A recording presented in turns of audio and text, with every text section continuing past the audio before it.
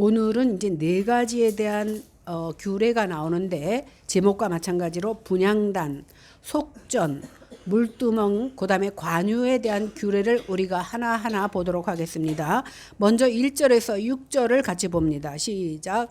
너는 분향할 제단을 만들지니 곧 조각목으로 만들되 길이가 한 규빗, 너비가 한 규빗으로 네모가 반듯하게 하고 높이는 두 규빗으로 하며 그 뿔을 그것과 이어지게 하고 제단 상면과 전후 좌우면과 뿔을 순금으로 싸고 주위에 금태를 둘을 찌며 금태 아래 양쪽에 금고리 둘을 만들되 곧 그 양쪽에 만들지니 이는 제단을 매는 채를 꿰 것이며 그 채를 조각목으로 만들고 금으로 싸고 그 제단을 증거계 위 속죄소 맞은편 곧 증거계 앞에 있는 휘장 앞에 두라.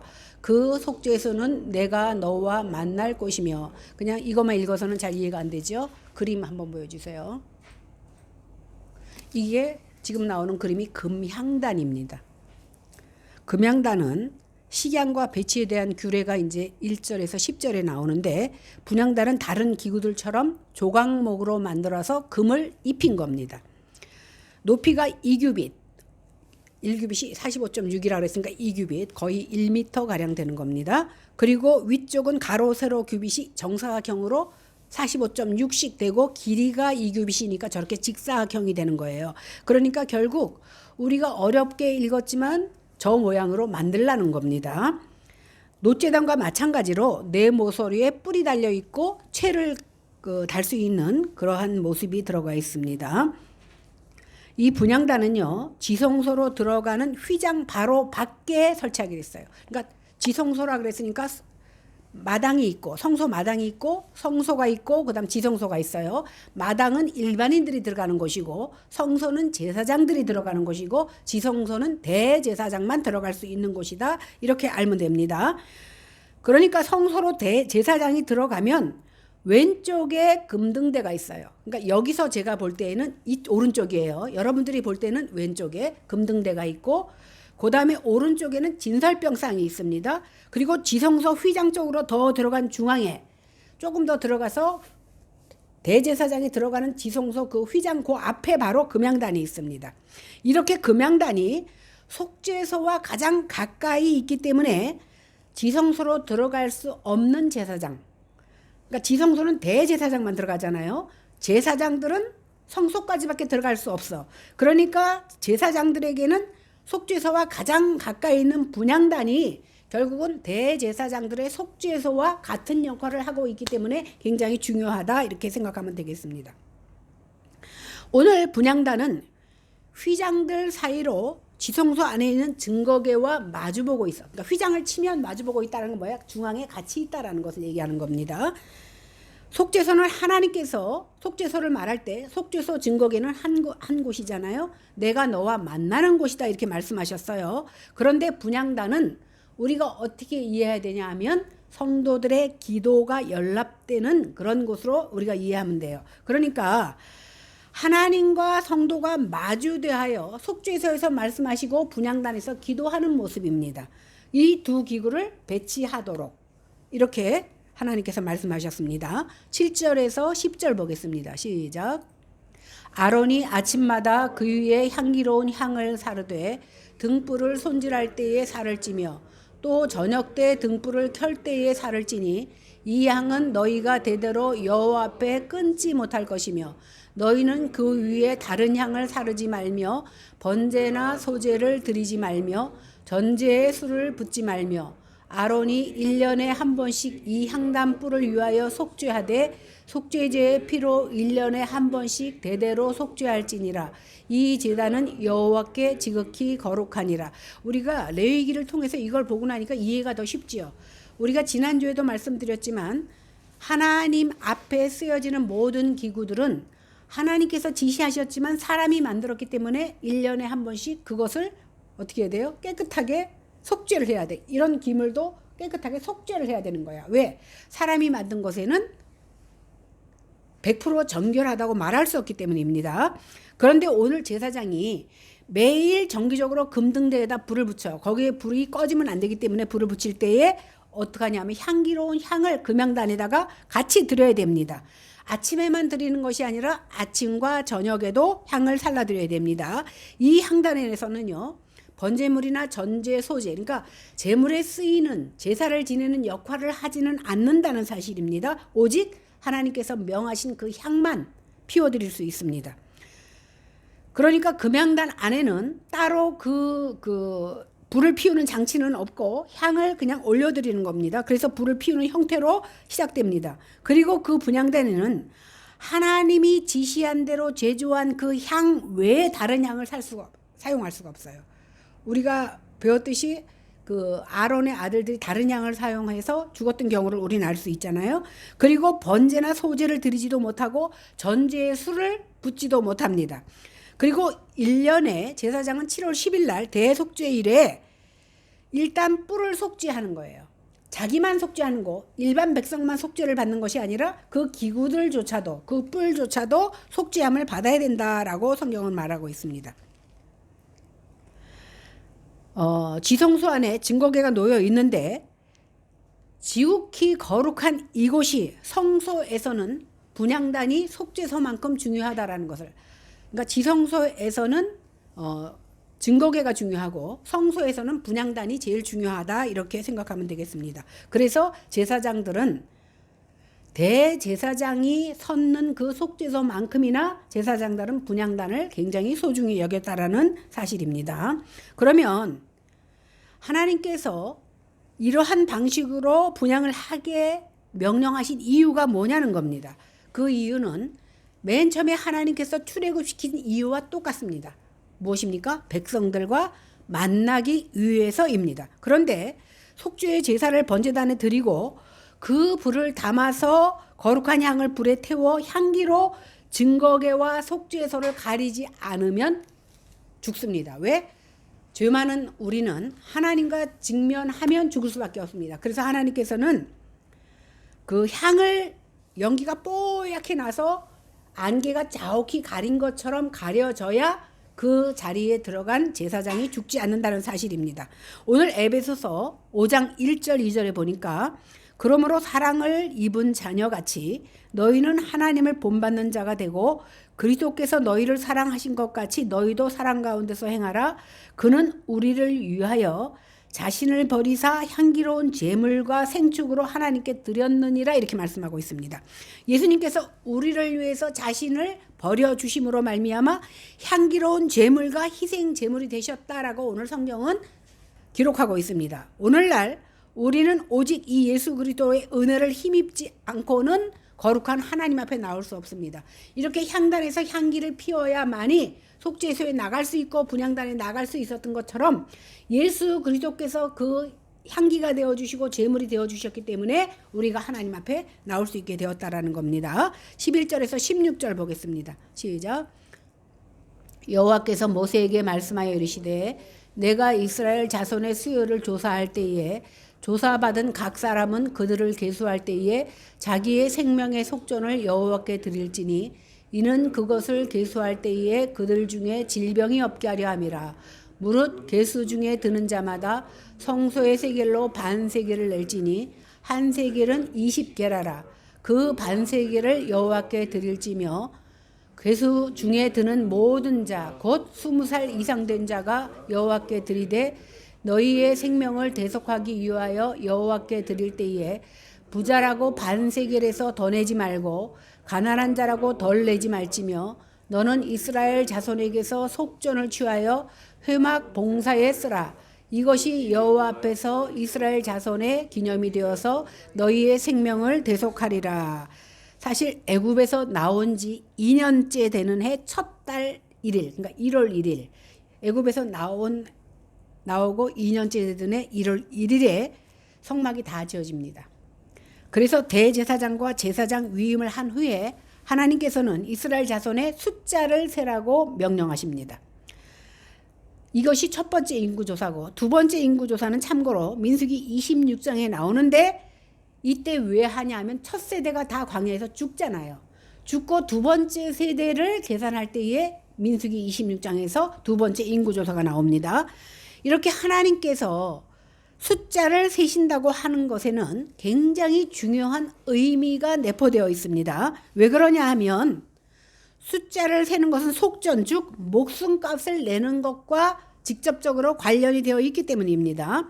그리고 속전을 내지 않으면 아까 병으로 죽는다. 그러니까 생명을 대속받기 위해서라고 말씀하고 있습니다.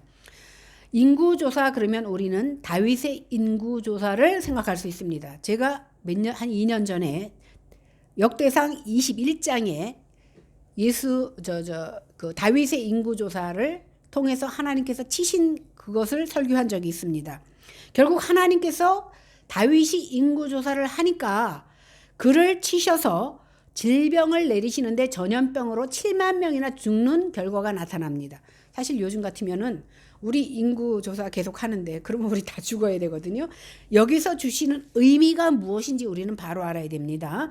왜 하나님께서 다윗이 인구조사를 했을 때 그의 백성들 7만 명을 죽였냐 하면 요압이 뭐라고 말하냐 하면 다윗이 자기 군대의 병력을 헤아려 보고 싶은 그 욕심, 자기만족. 야, 내 군대가 이렇게 쟁쟁해. 나 이렇게 군사력이 좋아라는 것을 과시하기 위해서 했다라는 사실입니다. 하나님께서 인구조사뿐만이 아니라 무엇인가의 수를 계산한다라는 것은 뭐냐 하면 이것이 전적으로 내 소유다라는 것을 알려주기 위해서 하시는 겁니다.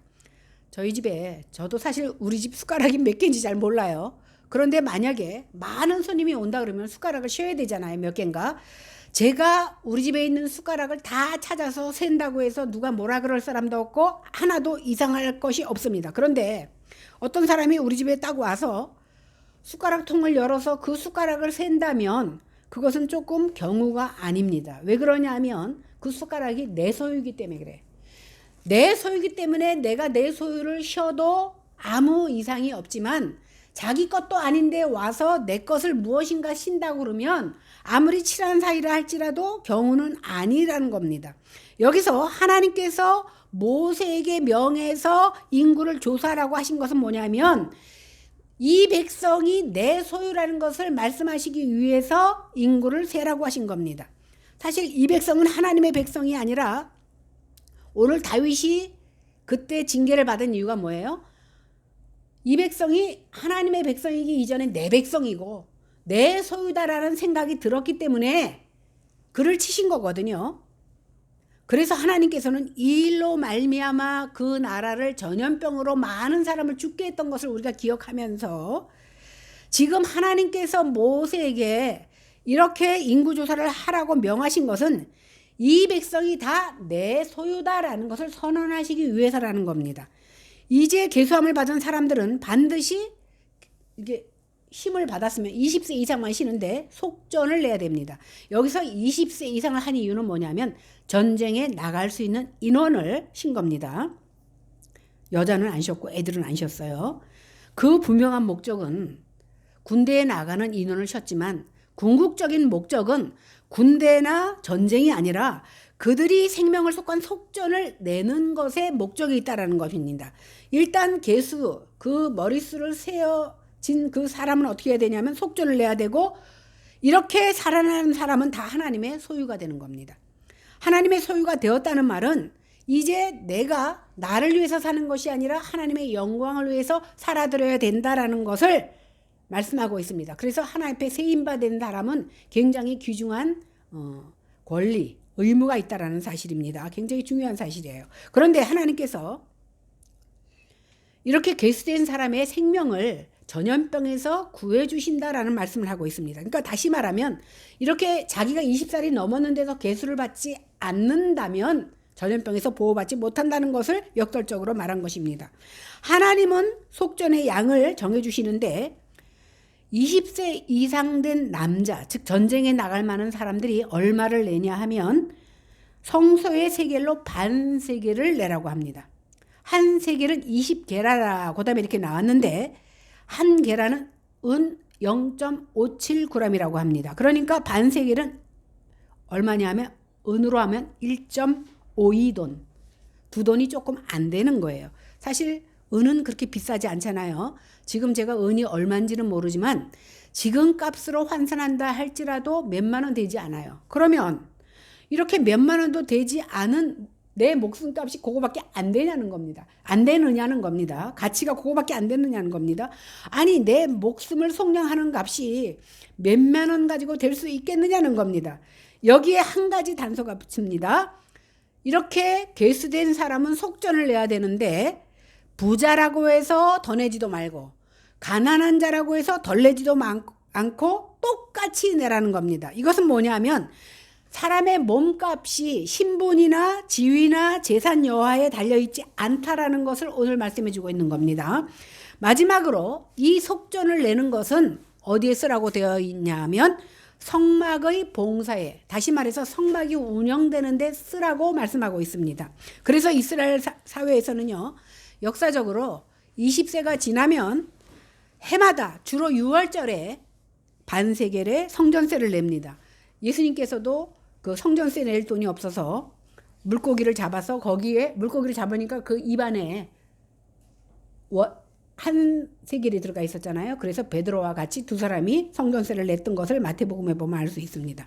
그렇다면 이렇게 속전을 내라고 하신 이유를 보겠습니다. 그것은 우리의 구원, 우리의 생명이 구속이 아무 대가도 치르지 않고 거저받은 것이 아니라는 것을 보여주는 거예요. 그럼 말이 좀 이상하지요? 로마서 3장 24절에 보니까 하나님의 은혜로 값없이 의롭다 하심을 얻었다 이렇게 말씀하고 있는데 우리는 값없이 구속함을 받았다고 했는데 왜 여기서는 분명히 값을 치렀다고 말씀하냐는 거예요. 그런데 로마서 3장 24절 앞에 뭐라고 되어 있냐면 그리스도 예수 안에 있는 구속으로 말미암아 요거를 우리가 잘 빼먹고 있습니다. 그러니까 무슨 말이에요? 구속의 대가를 우리는 지불하지 않았지만 누군가가 대신 지불했는데 그 누군가가 바로 예수 그리스도라는 사실입니다. 그러니까 속전 그러면 죄를 속한다라는 뜻이거든요. 그러니까 은이나 금으로 속전을, 그러니까 금전을 가지고 우리 생명을 주고 사고 받고 하는 것이 아닌 거예요. 만약에 돈으로 산다 그러면 그까지 몇만 원 갖고 우리가 팔려나갈 수 있겠느냐는 겁니다. 그러니까 죄는 오직 피를 통해서, 생명을 뜻하는 그 피를 통해서만이 구속을 받을 수 있습니다. 그런데 우리는 그리스도가 피값으로 속전을 해 주셨기 때문에 우리가 구속을 받았다라는 거예요. 그러니까 하나님께서는 당신의 아들 예수 그리스도의 피값을 받고 우리를 구원해 주셨다라는 사실입니다. 그래서 우리는 예수 그리스도의 피값으로 하나님께서 사셨기 때문에 내 것이 아닌 거예요. 나는 하나님의 것이 된 겁니다.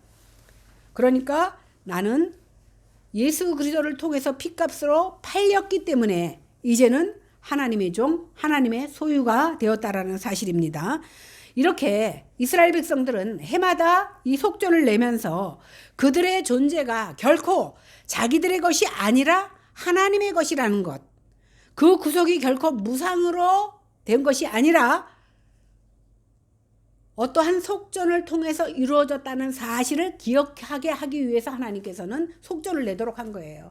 우리가 속전까지 내지 않으면 잊어버려. 그렇기 때문에 속전을 내면서 나는 내 것이 아니구나. 누군가가 나를 위하여 핏값으로 나를 사주셨구나라는 것을 기억해야 되는 겁니다. 엄밀히 말해서 우리의 가치는 이스라엘 백성들이 내던 그 은 반 세겔만큼이 아니에요. 몇만 원 내고 뭐 주고 받고 할 수 있는 그런 값이 아니라는 겁니다. 우리 가치는 얼마예요?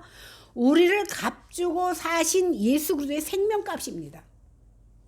그 보배로운 피값으로 예수님께서는 죽으셨다라는 겁니다. 우리는 너무나 존귀해서 이 세상에 있는 값으로 환산을 할 수가 없는 존재들입니다. 여기에는 사람에 따른 가치도 없습니다. 예수님께서 너는 부잣집에서 금수저로 태어났고 너는 가난한 집에 흙수저로 태어났으니까 라고 차별을 두지 않으셨다라는 사실입니다. 똑같이 반세겔입니다. 그래서 사도 바울은 주 예수 그리스도의 교회에 대해서 뭐라고 말씀하시냐면 너희는 유대인이나 헬라인이나 종이나 자주자나 남자나 여자나 할 것 없이 그리스도 예수 안에서 하나다. 똑같이 취급을 받는다는 겁니다.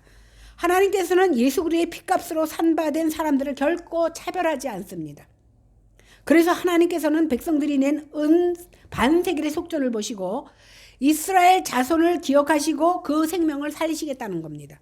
결국 우리는 금이나 은같이 없어질 것으로 구속을 받은 사람들이 아니라 그리스도의 피로 속전을 받은 것입니다.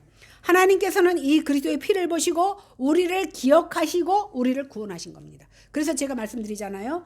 마지막 때에 하나님의 심판대 앞에 섰을 때 하나님께서는 우리의 삶을 보시지 않고 너희가 얼마나 착한 일을 많이 했는지, 네가 세상에서 얼마나 많은 공로를 세웠는지를 보시는 것이 아니라 그리스도의 피를 보시고 그 피값으로 우리를 속전한다는 사실입니다. 그래서 하나님 앞에 성도라는 것은 예수 그리스도만큼 존귀한 자들이 되는 겁니다. 17절에서 21절 보겠습니다. 여호와께서 모세에게 말씀하여 이르시되 너는 물두멍을 노수로 만들고 그 받침도 노수로 만들어 씻게 하되 그것을 회막과 제단 사이에 두고 그 속에 물을 담으라. 아론과 그의 아들들이 그 두멍에서 수족을 씻되 그들이 회막에 들어갈 때에 물로 씻어 죽기를 면할 것이요 제단에 가까이 가서 그 직분을 행하여 여호와 화제를 살을 때에도 그리할지니라. 이와 같이 그들이 그 수족을 씻어 죽기를 면할지니 이는 그와 그의 자손이 대대로 지킬 규례니라. 참 어렵죠. 조금만 잘못하면 생명이 없어지는 그런 상황입니다. 오늘 하나님께서 가장 그 성막의 기구 중에서 마지막으로 말씀해 주신 것이 바로 물두멍입니다. 이 물두멍은요, 크기나 모양을 어떻게 하라고 말씀하시지는 않았습니다. 그런데 분명한 것은 우리가 지난주에도 생각했지만 성막 안에 있는 것은 다 금으로 되었다 그랬어요. 성막이나 지성소 안에 있는 것은. 그런데 성막 밖들에 있는 것은 다 뭐로 됐다 그랬죠? 노수로 됐다 그랬습니다. 그러니까 이것도 노수로 만들려고 했는데 보통 번제단, 우리가 지난주에 번제단을 배울 때는 번제단이 가장 큰데 그것은 조각목으로 만들어서 노수를 입혔습니다. 그런데 오늘 이 물두멍은 그냥 노수로 녹여서 만든 겁니다. 그러니까 뭘 입혀서 만든 것이 아니라 그냥 노 자체로 만들었습니다. 이 노수로 만든 건데 이것은 뭐냐면 제사장이나 대제사장이 쓰는 노 세숫대야다 이렇게 생각하면 쉽겠습니다. 그러니까 제사장들은 거룩한 성막에 들어가기 전에 반드시 이 그 세숫대야에서 손과 발을 씻고 들어가야 됩니다. 우리가 생각해 보세요. 백성들이 죄를 질 때마다 성막들로 짐승을 가지고 와서 잡아서 번제단에 드립니다. 그러면 자기가 아무리 조심한다 그래도 짐승의 피가 내 몸에 묻을 수밖에 없고 손과 발에 묻을 수밖에 없습니다. 그래서 성막에 들어가기 전에 제사장들은 반드시 손과 발을 그 물두멍에다 씻고 들어가야 됩니다. 이렇게 깨끗한 모습으로 들어가서 예배를 드려야 하는 존재들이 바로 제사장입니다. 제사장은 성막에 들어갈 때뿐만이 아니라 번제단에서 화제를 드릴 때에도 수시로 손을 씻고 그 발을 씻어야 되는 장소가 바로 물두멍입니다. 근데 하나님께서 뭐라고 얘기하냐면 계속해서 짐승을 잡는데 계속해서 씻을 수 없지 않느냐고 생각하겠지만 하나님께서 뭐라고 했냐면 수시로 손과 발을 씻어야 너희가 죽음을 면하리라 이렇게 말씀하고 있습니다. 그러니까 그들은 습관적으로 계속해서 손과 발을 씻어야 되는 겁니다.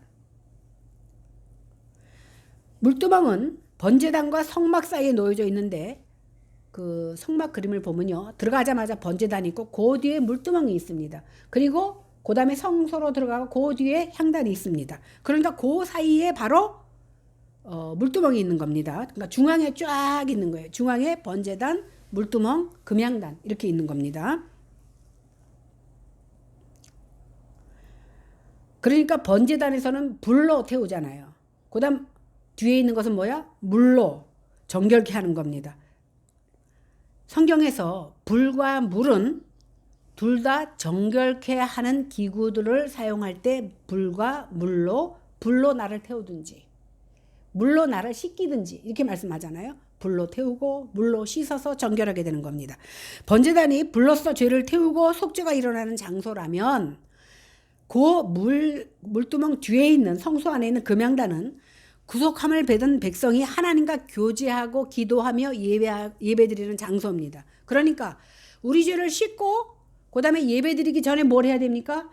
손을 씻어서 정결함이 요구됩니다. 이 정결함은 단순히 죄를 용서받았다는 의미 아니면 칭의를 받았다는 의미의 수준이 아니라 번제단에서 속죄를 받고 의롭다고 칭함을 받은 사람들은 반드시 물두멍에 가서 씻어야 됩니다. 이것은 뭐냐면 죄사함의 은총, 회개를 해야 된다라는 사실입니다.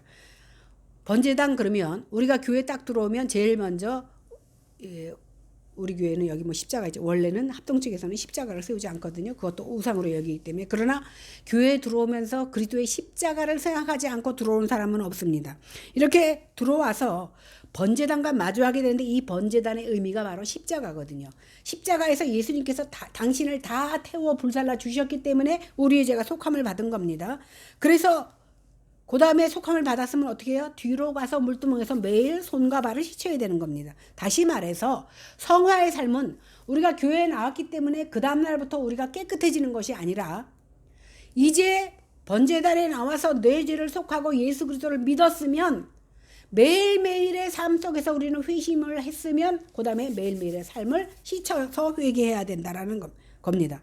그래서 교회에 나왔지만 아직도 세상 습관을 버리지 못하고 있다면 진짜로 믿는 것이 아니라는 거죠. 마찬가지로 성화가 없는 구원, 거룩함과 정결함이 결여된 구원은 없다라는 사실입니다. 물론 우리가 예수를 믿었다고 해서 정결하게 되는 것은 아니에요. 하나님 보시기에 흠없는 사람이 되는 것은 아닙니다. 그러나 우리의 흠이 생겼을 때마다, 죄를 지었을 때마다 주님 앞에 나가 주님의 이름으로 정결함을 받아야 된다는 겁니다. 그러므로 이 물두멍은요, 신약 성도들에게는 회개를 의미합니다. 제사장들이 하루에 수십 번씩 물두멍에서 손을 씻고 발을 씻어야 했듯이 그리스도인도 내가 잘못했으면 마음으로, 생각으로, 어떠한 육체적으로 뭔가 잘못했으면 돌아서서 하나님 앞에 회개하는 모습이 생활해야 된다는 겁니다. 오늘 출애굽기 38장 8절에 보니까 이 물두멍은 회막문에서 수종드는 여인들의 거울들을 수집해서 만들었다고 합니다. 이 거울들은 뭐예요? 옛날에는 우리 지금처럼 그렇게 잘 보이는 거울이 없습니다. 그런데 여러분 이 노슬요 깨끗하게 닦으면 윤이 나잖아요. 그것을 아주 좋은 노슬 가지고 여인들은 거울로 삼았습니다. 그러니까 오늘 고린도전서에도 보면 너희가 거울로 보는 것처럼 힘이 하나. 이 말은 뭐예요? 그 당시에는 지금처럼 똑같이 보이지 않고 아무리 노슬 깨끗이 닦아서 거울로 만들었다 할지라도 실물처럼 깨끗하지 않고 희미했다라는 겁니다. 그러나 그 당시에 여인들의 거울로 썼다라는 것은 그만큼 정결을 요구하는 것을 말하는 겁니다. 정갈하게 만들어 놔야 보지 노시 그냥 여기는 아무리 비춰봐도 제 얼굴에 안 비치잖아요. 그래서 정갈하게 씻어서 그 녹그릇을 사용했던 것처럼 제사장이 아무리 관유를 뿌리고 그 뭐 에봇을 입고 다른 것을 다 갖췄다 할지라도 물두멍에서 손을 씻지 않으면 죽을 수밖에 없었다라는 사실이에요. 그러니까 자신을 되돌아보고 회개하는 모습이 우리 가운데 있어야 된다는 겁니다. 그래서 제사장은요 지극히 거룩한 하나님의 직무를 수행할 때마다 항상 자기를 돌아보고 깨끗이 씻고 자기 자신의 속죄함을 받고 들어가야 됩니다. 이건 역시 모든 제사장이 대대로 영원히 지켜야 될 규례라고 말씀하십니다. 예수님도요. 죄인들을 씻기시기 위해서 오셨다고 했습니다. 예수님께서 성찬을 앞두고 베드로의 발을 씻기실 때에 내가 너를 씻기지 않으면 너와 상관이 없다 그랬어. 왜냐하면 발을 씻긴다는 것은 그 이스라엘 사회에서 자기네 동족 종도 아니고 이방인의 종, 가장 천한 종이 발을 씻겼습니다.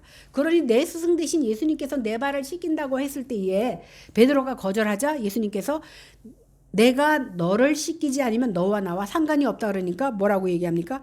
베드로는 손과 발과 머리까지 다 씻겨달라고 합니다. 그때 예수님께서 온몸이 깨끗한 자는, 목욕한 자는 따로 손과 발을 씻을 필요가 없다고 말씀하십니다. 그러면 예수님께서 그 당시에는 물로 제자들의 발을 씻겼지만 오늘날 무엇으로 우리를 씻기셨습니까? 자신의 피로 우리를 씻기셔서 우리로 흠없는 자로 만들어 주셨다는 사실입니다. 그래서 우리는 하나님께 그리스도의 피로 깨끗하고 정결함으로 씻겨진 하나님의 자녀들이라는 사실을 우리는 기억해야 됩니다. 이어서 22절에서 33절 좀 길기 때문에 읽지는 않고 제가 설명을 해드리겠습니다. 마지막으로 물두멍에 대한 설명입니다. 그림은 나오죠. 저렇게 놋으로 크게 만들고 밑에 놋으로 받침을 받쳤습니다. 물두멍에 대한 지시에 이어서 이제 관유를 만드는 것에 대한 지시가 나옵니다. 관유는 구별된 사람이나 구별된 물건에 뿌리거나 발라서 거룩하게 하는 기능을 가진 기름입니다.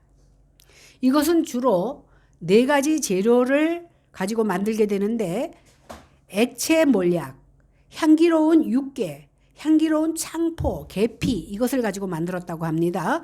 이렇게 만들어진 관유를 먼저 성막의 모든 기구들에게 바릅니다. 그러니까 이것이 그냥 저는 뭐 누가 줘서 가져온 거지만 보통 그 기독교 백화점에서 사오잖아요. 사람이 만든 것이에요. 그런데 이 관유를 여기다 발라주면 이 종 자체가 거룩하게 됩니다. 이렇게 발라서 하나님께 구별된 기물로 만드는 겁니다. 기구들뿐만이 아니라 사람에게도 바르는데 누구한테 바르느냐면 1차적으로 아론 대제사장에게 바르고 그 아들들 제사장에게 바릅니다. 그래야 거룩함을 입게 되는 거예요. 나중에는 왕과 선지자 제사장들에게도 발라줘. 그래서 우리는 보통 이 사람들을 기름 부음 받은 자라고 하고 히브리어로는 이것을 메시아라고 말합니다. 이 3가지를 다 받은 자가 바로 예수님입니다. 이 관유는 거룩하기 때문에 아무나 바를 수가 없어. 제사장만 바를 수 있고 대제사장이나 기구들만 바를 수 있지 일반 성도들이 와서 자기도 발라서 거룩함을 입고 싶다고 바를 수가 있는 것이 아닙니다. 잘못 바르면 그도 죽습니다. 또한 그것이 향이 좋고 거룩한 물질이라고 해서 성소에서는 만들 수 있지만 일반인들이 내가 쓰려고 만들거나 사용해서도 안 됩니다. 그러니까 이건 뭐냐면 하나님께서 지극히 거룩하다고 만든 것을 대수롭지 않게 제작하거나 사용해서는 안 된다라는 것을 말하고 있습니다. 그래서 이러한 금지 명령을 어길 때 하나님께서는 그 백성들을 끊어버린다, 죽인다라고 말씀하고 있습니다. 이 관유가 상징하는 것이 뭐냐 하면 성령의 사역의 그림자 노릇을 하는 겁니다. 다시 말해서 그리스도의 피가 부패한 양심을 깨끗하게 하도록 사용하시는 분이 바로 성령님이십니다. 우리가 교회에 나왔어요. 그러나 우리의 마음을 하나님께로 계속해서 이끌어 나가시는 분이 성령 하나님이신 것처럼 이 기름을 붓는 행위는 성령님을 우리에게 부어주심을 상징하고 있습니다. 그래서 성령의 기름 부으심이 있다고 우리는 말로 많이 하잖아요. 이렇게 관유가 발라지거나 부어진 자는 성령의 기름 부음 받은 자, 다시 말해서 하나님의 것이 된다라는 소리입니다. 이렇게 하나님의 것이 되었으면 어떻게 해야 돼요? 하나님의 영광을 위해서 사용되도록 구별된 자다, 이런 뜻을 가지고 있습니다. 우리가 이 재료에서 알 수 있듯이 이 관유는 매우 향기로운 기름이었다고 합니다. 저도 몸만 담았죠. 그래서 이 향료가 부어졌을 때 향내가 온 집안에 가득합니다. 모든 신자는 다 제사장입니다. 분명히 성경에서는 신약교회의 모든 성도들을 향하여 너희는 제사장이라고 말했습니다. 오늘 성막에 대한 모든 기구나 기름이나 모든 것을 말씀할 때에 누구를 대상으로 말씀하셨냐면 제사장을 중심으로 말씀하셨어요. 그러면 오늘 구약에서 하신 이 제사장에 주신 그 명령이 신약 시대에는 제사장 된 우리에게 주신 명령이라고 받아야 마땅하다라고 우리는 생각할 수 있습니다. 이제 우리 모두에게 이 관유가 부어져서 그 향기가 우리가 가는 곳마다 풍겨나야 돼. 여기 제가 향수를 심하게 뿌리면 들어오는 사람마다 향긋하게 냄새를 맡을 거 아닙니까? 그 향내를 우리는 가지고 나가야 돼. 우리가 고기 먹고 어느 집 가면 나는 못 맡았는데 딴 사람이 저 사람 고깃집에서 왔구나라고 느낄 수 있듯이 우리에게서는 그리스도의 향내가 나야 된다는 사실입니다. 오늘 사도 바울은 고린도후서 2장에서 뭐라고 얘기했냐면 우리는 구원 얻은 자들에게나 망하는 자들에게나 하나님 앞에서 그리스도의 향기니 이 사람에게는 사망으로 쫓아 사망에 이르는 냄새요 저 사람에게는 생명으로 쫓아 생명에 이르는 냄새라 누가 이것을 감당하리요 그랬습니다. 요즘 말로 하면 우리는 그리스도라는 향수를 우리 몸에 뿌리고 다니는 그리스도인이라는 말입니다. 그리스도인들은 그리스도라는 향수를 내 몸에 뿌리고 나간다라는 겁니다. 그래서 가는 곳마다 저 사람 예수 믿는 사람이로구나 라는 향기를 내뿜어야 된다라는 겁니다. 34절에서 38절입니다. 시작. 여호와께서 모세에게 이르시되 너는 소합향과 풍자향의 향품을 그 향품을 유향에 썩되 각기 같은 분량으로 하고 그것으로 향을 만들되 향 만드는 법대로 만들고 그것에 소금을 쳐서 성결하게 하고 그 향 얼마를 곱게 찌어 내가 너와 만날 회막 안에 증거궤 앞에 두라. 이 향은 너희에게 지극히 거룩하니라. 내가 여호와를 위하여 만들 향은 거룩한 것이니 너희를 위하여는 그 방법대로 만들지 말라. 냄새를 맡으려고 이 같은 것을 만드는 모든 자는 그 백성 중에서 끊어지리라. 여호와께서 이제 모세에게 향 만드는 재료에 대해서, 아까는 기름 만드는 재료, 지금은 향 만드는 재료에 대해서 자세히 가르쳐 주는데, 소합향, 나감향, 풍자향, 그다음 그 뒤에 유향이 나옵니다. 소합향은요, 소합향 나무의 수지를 원료로 해서 만든 향이라고 하는데 여러 가지 향을 끓여서 만드는데, 소합향 나무는 재질이 좋아서 마호가니 대용으로 썼다고 합니다. 그 다음에 나감향은 홍해 해안에 수집되는 갑각류를 곱게 빻아서 채취해서 만들었다고 합니다. 저도 그냥 자료만 보고 읽어드릴 뿐입니다. 풍자향은 고무나무의 일종인데 아라비아에서 자라는 관목의 일종으로서 그것을 자를 때 고무가 채집되는데 그것을 진액으로 만들어서 만들었다고 합니다. 그 다음에 유향은 감람나무과에 속하는 나무에서 채취한 진액으로 만든 것이 바로 유향입니다. 유향은 성경에 많이 나오잖아요. 이렇게 하나님께서 이러한 것들로 어떻게 만들라고 말씀하셨는데, 꼭 만들 때 내 방법과 내 생각으로 만드는 것이 아니라 하나님이 만들도록 만드는 법 그대로 만들라고 하셨습니다. 그 향에다가 소금을 쳐서 성결하게 하고 썩지 않게 하고 그 향을 얼마를 곱게 찧어서 하나님께서 제사장과 만나는 회막 안에 증거궤 앞에 두라고 했습니다. 그러니까 제사장이 쓸 수 있는 그 증거궤 앞에 두라고 했습니다. 이 향은 너희에게 지극히 거룩할 뿐만 아니라 여호와를 위하여 거룩한 것이라고 말씀하셨습니다. 그러므로 똑같은 제조법으로 니네가 쓰려고, 왜냐하면 그 제사장들은 그것을 만들어 봤기 때문에 제조법을 알게 되잖아요. 니네가 안다고 니네가 쓰려고 그것을 만들지 말라는 겁니다. 왜? 그렇게 되면 너는 백성에서 끊어지리라. 왜? 하나님께서 거룩하게 하신 것은 그저 거룩한 대로 놔두어야 됩니다. 우리가 흉내내서는 안 된다라는 사실입니다. 여기까지가 오늘 38장 본문의 내용입니다. 이 말씀이 그냥 우리가 읽으면 이해되지 않을 만큼 어려운 내용이지만 사실은 이 속에서 우리는 구속주 예수 그리스도를 느껴야 됩니다. 우리가 제일 중요한 것이 아까 우리가 읽었던 하나님의 속전에 대한 말씀입니다. 이제 우리는 그리스도의 피로 하나님께서 사신받은 하나님의 성도들입니다. 그래서 오늘 분향단이나 속전이나 물두멍이나 관유 이러한 모든 규례를 주신 이유는 뭐냐면 너희가 세상과 구별된 제사장이라는 것을 가르쳐 주기 위한 거예요. 세상 사람들과 똑같이 살아서는 안 된다는 것을 가르쳐 주기 위해서 오늘 제사장들에게 주셨던 그 말씀을 우리에게도 허락하신 줄로 믿습니다. 이제 성령 하나님께서 이것을 깨닫게 하셨다면 이제 우리는 이 말씀 밖으로 넘어가서도 안 되고 내가 그 말씀을 내 나름대로 사용해서도 안 된다는 겁니다. 그래서 내 생각을 앞세우지 않고 오직 하나님께서 이것이다 하면 이것대로 믿고 사용할 수 있는 저희들이 되어야 될 줄로 믿습니다. 그리고 우리가 세상 밖으로 나아가서는 예수 그리스도의 향수를 뿌리고 나가 예수 그리스도의 향내를 풍길 수 있는 그러한 모습으로 삶을 드리는 저와 여러분들이 되시기를 주님의 이름으로 간절히 축원합니다. 기도하겠습니다.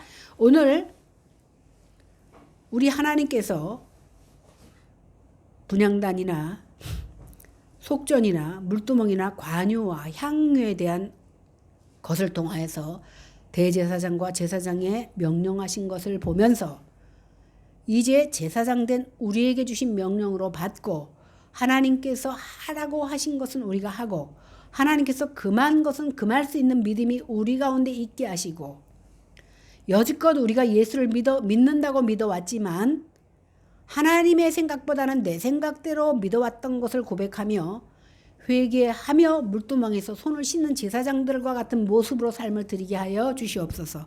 감사드리며 예수님 이름으로 기도했습니다. 아멘.